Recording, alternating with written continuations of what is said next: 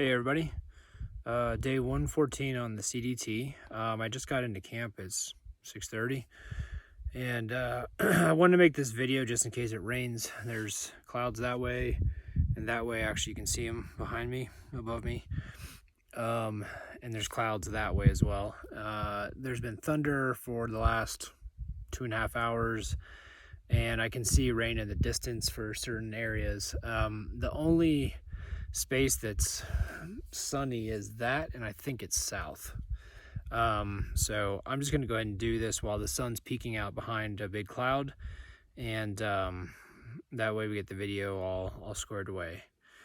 So yesterday was a lot of up and down. So when I woke up this morning, my legs definitely felt the up and down. This section of Montana, they're not using switchbacks, or I should say they're infrequently using switchbacks. So when you ascend, you're going up, and when you descend, you're going down.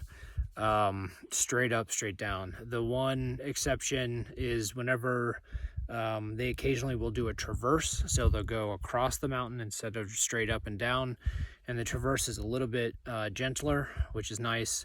I'm looking over here to my left because there's actually a traverse. That's what I just hiked on. So my legs felt it this morning, and I want to say I got like 2 to 3 miles of kind of gentle hiking, and then I think it was like a 1,500-foot ascent, and it was straight up. There's a little bit of traverse to begin with, but then it turned and went right up the mountain. So that's how I started the day. I was able to get about 14 miles before I stopped for lunch, so that was a good morning. After lunch, the trail put us on a road for a bit and then put us back on a trail. The road walk was it's like a rancher's road. It's unpaved. Some of it had gravel, some of it was just grass and dirt, so it resembles a trail. But the nice thing is the grade is wide and it's flat, and you can kind of get some miles. So I was able to get another, I think, 11 to 12 miles this afternoon, so I'll be somewhere between 25 and 26 miles for the day. I want to average about 25 on a daily basis for the next, I think, week or so, to try to catch up a little bit of time, as well as get finished with this section of the Idaho-Montana border, because all of it is just up and down, up and down, up and down. So I had enough of the up and down in Colorado. This is definitely different. It's not between 11 and 13,000 feet. The up and down seems to be a little bit less, like it's not 2,000 or 3,000 foot elevation gain and loss. It's hovering between 500 and 2,000. So that's a little bit different, but even though the views are beautiful, absolutely different than Colorado and beautiful, I'm ready to make the turn north and head towards Glacier. Right now we're going west. Sometimes we're going south, sometimes we're going northish, but basically the trail is taking us along the border of Montana, Idaho, and I think eventually it'll swoop up, but right now most of our direction's west. So Montana, I think, has the most miles. Colorado has 700 and something. Wyoming had 500 and something. Montana has like 800 and something. So some of these miles are us just going west along this border and doing a lot of just up and down, up and down, up and down. I'm ready. Like I said, I'm ready to make the turn north and start heading towards Glacier, and I'm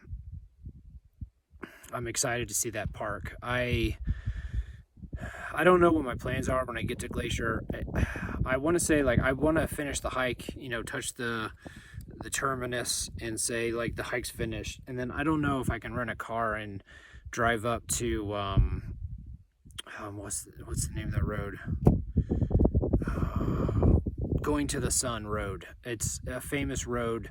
I would really like to go up it. Who knows? There may not be any rental cars, or they may be super expensive in a touristy area like East Glacier. So if anybody's in Glacier and you're going to be there around mid-September, let me know, and we can take your car, because I won't have one, up the road, going to the Sun Road, because it's supposed to be just an amazing drive up that way. So I'd like to do that after the hike, and then I'll head out, but we'll see what happens. Anywhoosie, so a couple of fun things today. I ran into a hiker. His trail name is Soccer Mom, and he's kind of, I don't want to say famous, but he's known because he's had to step off the trail like 3 or 4 times for weddings and other obligations with friends and family. And so the guy hikes, has to step off for a period of time, comes back, and then has to do like epic miles or monster miles to catch some of it back up, and then he's got to step off again to go to something else. So it was nice to put a name with the face. I'd heard about him a couple of times on the trail. The second fun thing was I was getting water just 45 minutes ago, and I got to see a weasel. Apparently the weasel lives in that area. It was nonplussed that I was getting water. I heard a noise and I said, "Yo, bear," loudly, and it just went about its business, and it looked like it went over to its home. I was like, okay, I'll wait until you leave. But I have not seen a weasel in nature before. Well, I take that back. I've seen one weasel, however, it had just been attacked and it was dead. The predator, unfortunately, had ended its life. So that's the other weasel I've seen in real life. To actually see a weasel alive and, doing that jump, that, I don't know how to explain it. They kind of do that like jump thing when they're walking or running. So anywho, to see that in person was great. At first I was like, is that a fox? And I was like, no, it's too small to be a fox. And I was like, oh, that's a weasel. So it was very fun to see a weasel. I think that may be the most exotic animal I've seen on trail. I'd have to go back and look at my notes.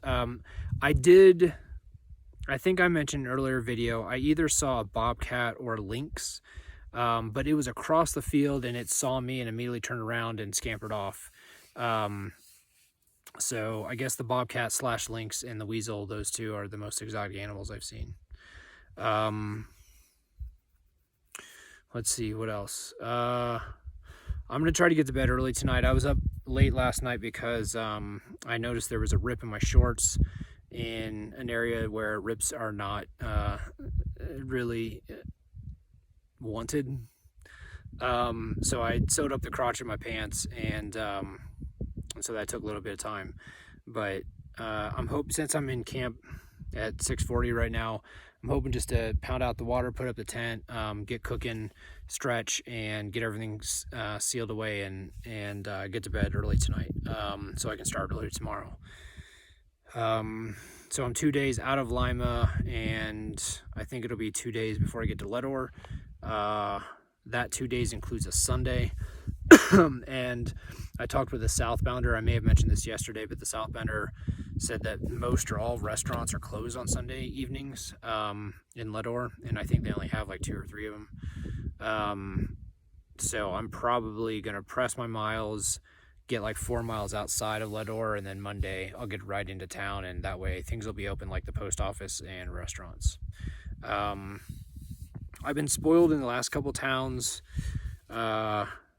Lima has a cafe and they have homemade pie, so I had a slice of homemade rhubarb pie. They warmed it up with vanilla ice cream. And then a few towns before that, in Du Bois, they have a cowboy cafe that has 20 different homemade pies. And I think I mentioned in a previous video I indulged in a few slices. So I don't know if Ledor will have pie, but one can hope and use that as motivation to get there. All right, I think that's about it. I hope everyone's doing well. If you have stuck with me for this long in the videos, I appreciate it. If you've only watched one video, I appreciate it. If you watched a few, and you got notes, you can text them to me. That'll be great. But I appreciate you watching a few, and I appreciate your notes. So everyone have a nice evening, and I will talk to you folks tomorrow. Bye.